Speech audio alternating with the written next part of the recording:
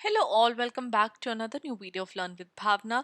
We are doing important questions and answers for your MS 004 June 2025 exam के लिए। हमने जो लास्ट क्वेश्चन था वो किया था थर्ड क्वेश्चन आपका ग्रीन रेवोल्यूशन का। इसके बाद ये सारे क्वेश्चन जो है वो आपकी प्लेलिस्ट में ऑलरेडी अपलोड मैंने कर दिए हैं। अब हम स्टार्ट करने जा रहे हैं क्वेश्चन 8 जहाँ पे हमें बात करनी है homogenisation and hybridisation of culture are integral parts of contemporary phase of globalisation explain critically. जब हम बात करते हैं ग्लोबलाइजेशन की और ग्लोबलाइजेशन ने कैसे जो डिफरेंट कल्चर्स हैं उनको एक तरीके से मिक्स कर दिया है, तो वो हमें इस आंसर में एक्सप्लेन करना है कि वो जो कल्चर का जो मिक्सअप है और डोमिनेंट कल्चर जो है वेस्टर्न कल्चर स्पेशली जो उसका इतना ज़्यादा डोमिनेंस है वो किस तरीके से एक कल्चरल इम्पैक्ट लेके आया है। तो यहाँ पे फर्स्ट ऑफ ऑल हम बात करेंगे कि जो ग्लोबलाइजेशन है वहाँ वो सिर्फ एक इकोनॉमिक प्रोसेस नहीं है बट वो कल्चरल प्रोसेस भी है। उसने कल्चरल चेंजेस भी काफ़ी सारे लेके आए हैं। जब हम कंटेम्प्रेरी इरा की बात करते हैं तो हम बात करते हैं कि कैसे जो डिफरेंट कल्चर्स हैं वो इंटरेक्ट करते हैं, अडेप्ट कर रहे हैं, सरवाइव कर रहे हैं। एंड ग्लोबलाइजेशन ने कल्चर का जो इंटरेक्शन, अडेप्टेशन, सर्वाइवनेस जो है उसको काफ़ी ज़्यादा रीशेप किया है। तो दो मोस्ट डिस्कस कल्चरल कॉन्सिक्वेंसेस हैं होमोजेनाइजेशन एंड हाइब्रिडाइजेशन।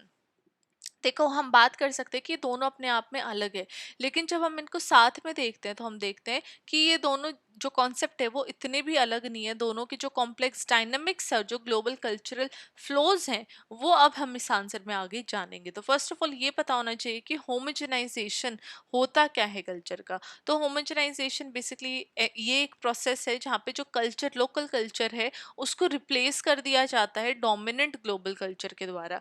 वो जो लोकल कल्चर है वो खत्म हो जाता है एंड जो वेस्टर्न कल्चर है, डेफिनेटली जब हम डोमिनेंट ग्लोबल कल्चर की बात करते हैं तो हम यहाँ पे वेस्टर्न कल्चर की बात कर रहे हैं।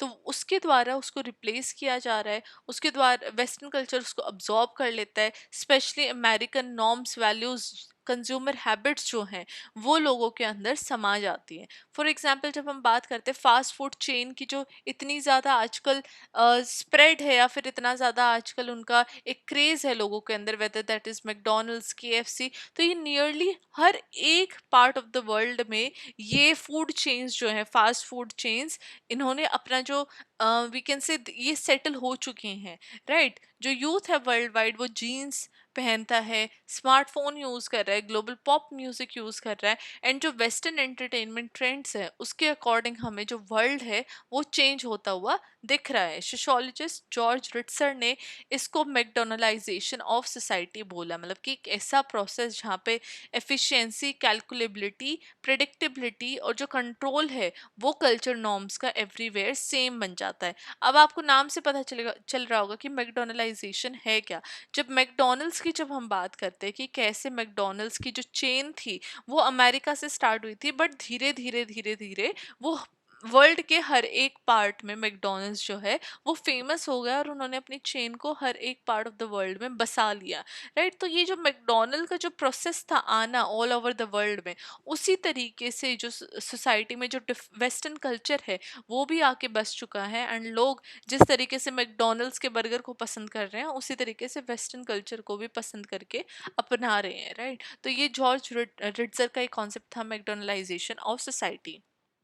ना क्रिटिसिज्म भी बहुत ज़्यादा आया है होमोजेनाइजेशन का, जहाँ पे बोलते हैं कि इसने कल्चरल डाइवर्सिटी को ख़त्म कर दिया है। पहले लोकल ट्रेडिशन, लैंग्वेज, आइडेंटिटीज़ बहुत ज़्यादा अलग होती थी, but now everything seem so similar. एक कल्चरल हायरार्की क्रिएट किए हैं जहाँ पे जो वेस्टर्न वैल्यूज़ हैं उनको बहुत ज़्यादा मॉडर्न और एक तरीके से हम कह सकते हैं कि modern and we can say developmental mention किया जाता है। लेकिन वहीं पे व्हेन वी से अबाउट ऐसे इंडिजीनियस या फिर उस स्पेसिफिक कल्चर की जो वैल्यूज़ हैं उनको बहुत ज़्यादा बैकवर्ड शो किया जाता है। तो यहाँ पे ये जो कल्चरल हायरार्की है, जो कल्चरल डिफरेंसेस हैं, वो हम डेफिनेटली क्लीनली देख सकते हैं। इसकी वजह से कल्चरल एलियनेशन आया है, स्पेशली इंडिजीनियस और रूरल कम्युनिटीज़ के अंदर। जो लोकल कल्चर है वो कहीं ना कहीं खो गया है, पिछड़ गया है। एंड जो लोग अपने कल्चर को फॉलो कर रहे हैं वो उनको में भी कहीं ना कहीं एलियनेशन या फिर एज एन एलियन वाली जो फीलिंग है वो आती होगी। तो इसकी वजह से कल्चरल एलियनेशन हमें देखने को मिलता है। Second is hybridisation of culture. Culture hybridisation other hand पे बात करता है कि जो डिफरेंट कल्चर एलिमेंट्स है वो एक दूसरे के साथ ब्लेंड हो गए हैं, मिक्स हो गए हैं, और एक न्यू कल्चर उससे हमें निकलता हुआ दिख रहा है, जो कि और भी ज़्यादा क्रिएटिव डायनामिक हो सकता है, जहाँ पे लोकल और ग्लोबल इन्फ्लुएंस हमें एक इस मिक्स्ड कल्चर के द्वारा देखने को मिलती है।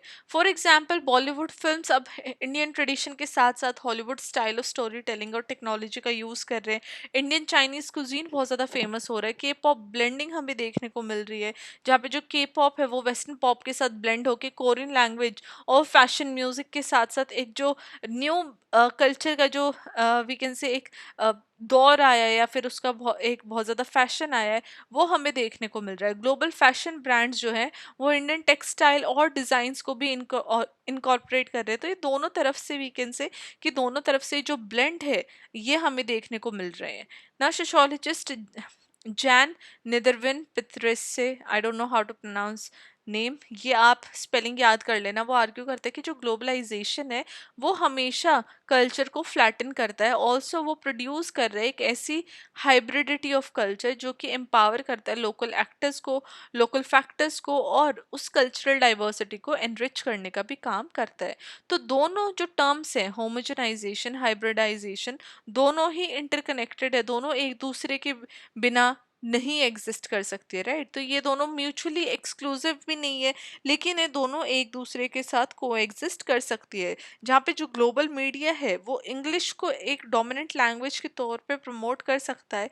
काफ़ी सारे लोग जो है इंग्लिश को यूज़ करते हैं along side their own mother tongues, जो कि एक hybrid form of communication create करता है ना। इंडिया के अंदर इंग्लिश बहुत ज़्यादा पॉपुलर है, जहाँ पे हिंदी प्लस इंग्लिश एक पॉपुलर लैंग्वेज बन चुकी है। अर्बन एरियाज के अंदर, मीडिया के अंदर, टीवी शो जैसे हैं इंडियन आइडल, बिग बॉस, ये सब लोकलाइज्ड वर्जन है वेस्टर्न फॉर्मेट के, राइट। अब वो इंडियन टेस्ट के अकॉर्डिंग उन्होंने उसको चेंज कर दिया है। सोशल सेंसिबिलिटी जो है इंडियन ऑडियंस की उसके हिसाब से उसको चेंज करके, मोल्ड करके इंडियन ऑडियंस को प्रोवाइड किया जाता है। दस हम ये कह सकते हैं कि जो कल्चर है वो सिर्फ पैसिवली अब्जॉर्व नहीं हुए, लेकिन एक्टिवली वो अपने आप को री इंटरप्रेट करते हैं, चेंज करते हैं, एक एजेंसी शो करते हैं ग्लोबल फोर्सेस के द्वारा।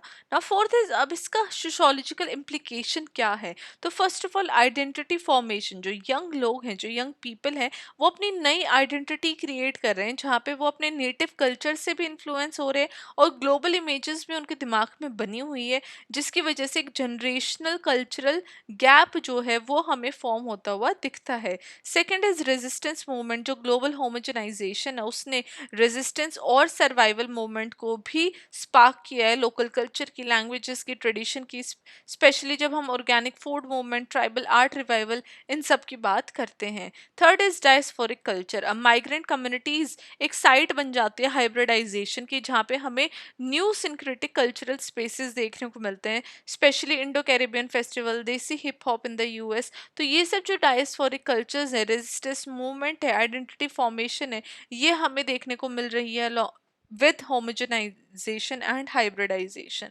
एट द एंड इस आंसर को कंक्लूड करते हुए हम कह सकते हैं कि जो कंटेम्प्रेरी फेस है ग्लोबलाइजेशन का, वो दोनों कल्चरल होमोजेनाइजेशन भी लेके आता है और हाइब्रिडाइजेशन भी लेके आता है, और दोनों एक दूसरे को कहीं ना कहीं सपोर्ट करते हैं, पुश करते हैं। देखो लेजिटिमेट कंसर्न्स तो हैं यहाँ पे डेफिनेटली, जब अपनी खुद की जो कल्चरल यूनिकनेस है वो हम खोते जा रहे हैं, बट जो हाइब्रिडाइजेशन प्रोसेस है वो हमें ये भी दिखा रहा है कि कल्चर हमेशा सेम नहीं रहता है। इंटरेक्शन के द्वारा डेफिनेटली जो कल्चर है वो चेंज होगा ही होगा, लेकिन जो चैलेंजेस हैं वो ये है कि अपने कल्चर को बैलेंस करके लेके चलना along with global influence, right. जहाँ पे जो प्रिजर्वेशन और रिस्पेक्ट है अपने लोकल डाइवर्सिटी की, लोकल कल्चर की, वो डेफिनेटली होनी चाहिए, जिसकी वजह से कि जो कल्चर्स हैं ऑल ओवर द वर्ल्ड वो और भी ज़्यादा एनरिचिंग हो जाए, rather देन वो बिल्कुल ही ख़त्म हो जाए। राइट, तो ये हमारा आंसर था regarding cultural homogenisation and hybridisation, and कैसे विद ग्लोबलाइजेशन ये जो चेंजेस है कल्चर में वो हमें देखने को मिल रहे हैं with in the contemporary society, with in the current times. Right, तो इसी के साथ मैं ये क्वेश्चन यहाँ पे एंड करती हूँ।